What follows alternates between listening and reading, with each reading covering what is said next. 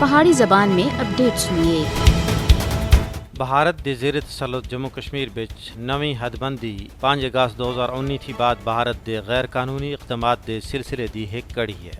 فسطائی مودی اور انہاں دے ہواری مسلمان ووٹاں کو تقسیم کرنا واسطے حد بندی کمیشن دا استعمال کر رہے ہیں۔ بنیادی طور تے حد بندی دی مشق محض رسمی ہے۔ بھارتی ہندو انتہا پسند حکومت دا اصل مقصد ہندو اکثریتی جموں کو زیادہ تھی زیادہ سیٹاں تھمانا ہے، جیڑی مسلمانہ دے خلاف ایک منصوبہ بند سازش ہے۔ بی جے پی دی حکومت جموں کشمیر دی مسلم اکثریت کو سیاسی طور تے غیر مؤثر بنانا واسطے حد بندی دا حربہ استعمال کر رہی ہے۔ حد بندی دا ایک مقصد مسلم اکثریتی ریاست جموں کشمیر دے عوام تے ایک ہندو وزیر اعلیٰ کو مسلط کرنا بھی ہے، تاکہ جمہوریت دی آڑ وچ آمریت دے سارے وار آزمائے جا سکن اور بین الاقوامی برادری دی اکھیاں وچ توڑ پائی جا سکے۔ مقبوضہ ریاست جموں کشمیر وچ انتخابی حلقیاں کو دوبارہ ترتیب دینا ہندوؤں دے سیاسی عزائم کو پورا کرنا دا ایک ذریعہ ہے۔ جس طرح بھارتی ہندو انتہا پسند حکومت سن غیر قانونی، غیر اخلاقی اور یک طرفہ فیصلے دے طور تے دفعہ 370 کو منسوخ کر کے کشمیری مسلمانوں کو بے اختیار کیتا،